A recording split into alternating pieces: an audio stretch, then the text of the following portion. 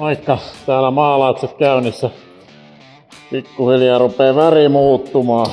Siinä on syyllinen tähän hommaan. Ja mä vähän vedin noita paikkoja, mihin mä joudun vetämään tuplasti, ettei se lähtisi valumaan niin helposti. Mutta katsotaan millainen sit tulee, kun tää on valmis. Siitä lähtee kohta tulille. Siinä vedettiin vähän epoksi alle vai.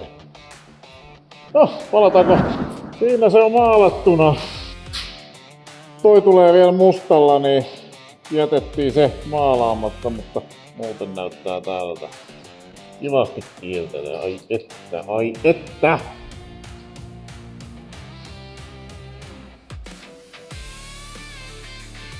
Hyvin näkyy peilikuva tuolla, voi vilkuttaa. Muuttuu vähän kontin väri.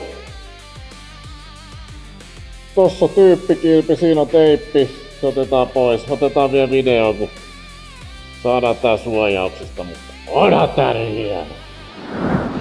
No niin, siinä se nyt sitten on maalattuna.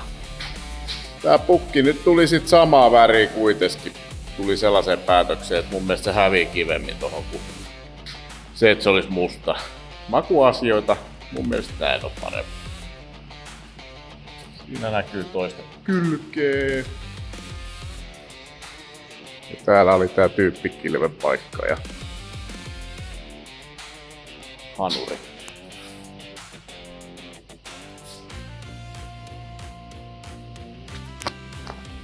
Siitä tuli aika sikamakee. Tällaista kaikkea sitä touhunaa täällä meidän hallissa. Nyt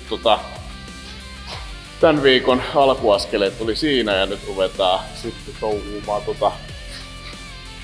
nostokoria seuraavaksi ja sit lähdetään joulun viettämään.